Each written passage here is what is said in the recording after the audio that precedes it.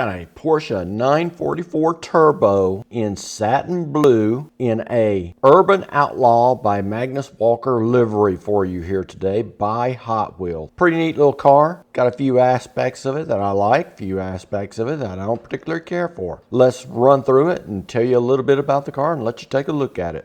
Reading what it says about this car off of Fandom, we find it says it's 89 Porsche 944 Turbo. Debut series Porsche, produced from 2020 until the present. The designer was Rue Asada. The SKU on this car would be GHB 54, and then let's read the description that's given. The Porsche 944 is a small sports car designed by Harm Legay and produced at Porsche's plant in Neckarsulm in Stuttgart from 1982 till 1991. Built off the platform borrowed from the Porsche 924, the 944 Turbo was a front-engine, rear-wheel drive coupe built from the 1982 year until 1991. The 944 was offered as an intermediary offering above the 924 coupe and below the 911 range. A total of 25,245 turbos were built. A stethoscope can be seen in the trunk. This was added by Rue to pay tribute to his cancer doctor who drove a 944. Pretty cool little aspect there. Moving from left to right, first thing you'll see on this car is the Hot Wheels logo in black. Then below that, you'll see the red stripe that extends out to the rear quarter panel of this car. Above that, you'll see the windows. They're in a very dark gray tint. On the B-pillow, you will see a filler cap for the gas. Then you'll see the 5-spoke wheels. Once again, 5-spoke in the eyes of the beholder. Those may be 10-spoke in your eyes. Coming on across, you'll see the right quarter panel window in the rear there. It's up. Then you'll see the passenger window. It's up as well. We do have we do have door mirrors on this car. We have a door handle on the car. We have a 944 in gray on the door itself. Then we have a red stripe that extends the length of the car, already mentioned.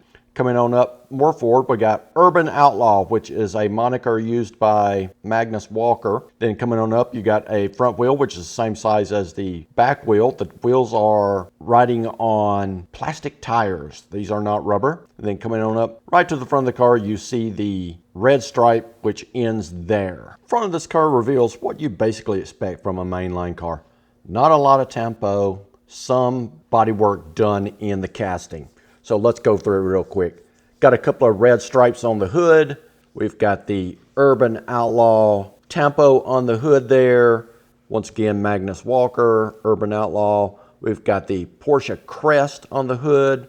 We've got the flip-up headlights, which are pretty cool. And pretty much an 80s thing, those flip-up headlights. On the bumper, on the top, we've got turn signals, and they would normally be done in yellow or orange. Then below those turn signals, you have driving lights and fog lights, which should be done in a clear glass or a silver or a chrome, something along those lines if you were doing it on a Hot Wheels car.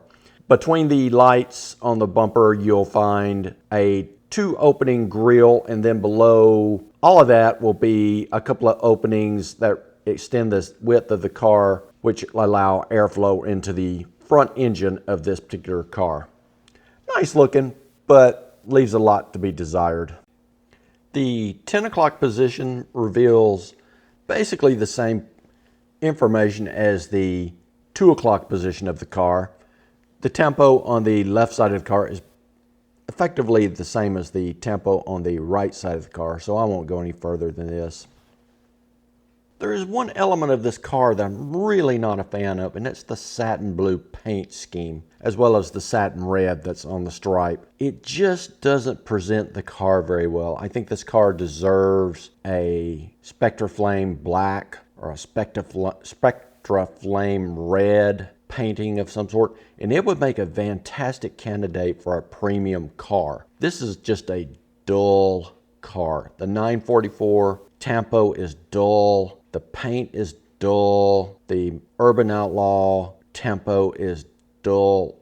The dark windows, just dull. Everything except the wheels on this car is dull.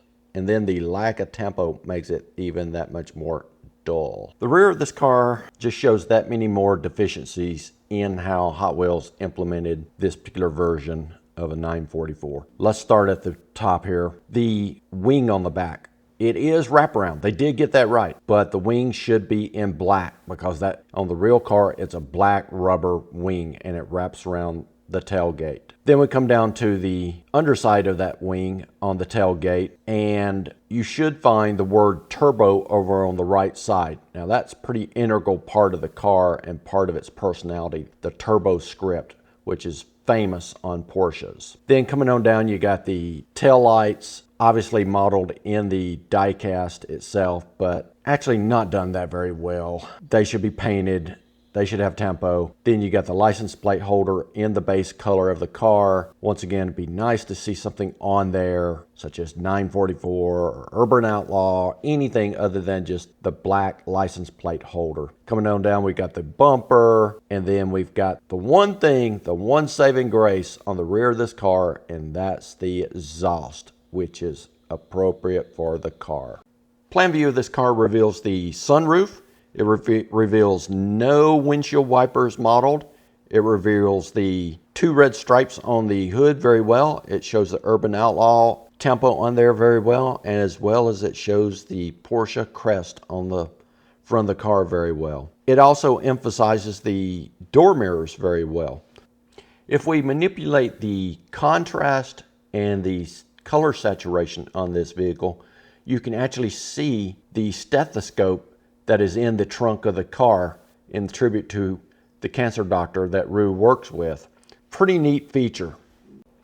Looking at the underside of the car, the base of the car, we see several interesting features modeled. First of all, from the left to the right, we got the muffler, the exhaust pipe, the exhaust that runs underneath the car. Runs underneath what is the transmission there. You can see it between the two axles there. Now, back towards the muffler again, you see the lower portion of the spare tire well inside the trunk comes down below the fender area there.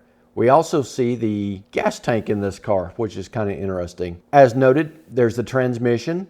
Then you got the Hot Wheels, you got the 1989 Porsche 944 Turbo, got the SKU, GHB, what is that, 54, got the build date, got Hot Wheels, swoosh. Now, here's an interesting symbol here to the right of the Hot Wheels swoosh. There is a track symbol, a loop symbol. The loop symbol is put on there by Hot Wheels to say, hey, this car will do good on a Hot Wheels track. Now, that's debatable. I have raced this car against other cars on Hot Wheels track, and it's honestly not that good. It might take loops really well. I didn't try it on loops, but as far as drag racing, this car is kind of a dog, to be quite honest with you. So it's debatable as to whether the loop symbol is accurate or not. Come on up, we probably got an oil cooler, oil pan underneath the axle there in the front, and we got a rivet, got a little bit of suspension looks like there on the front. Pretty nicely done underneath. It's done a lot better than other mainline cars are done.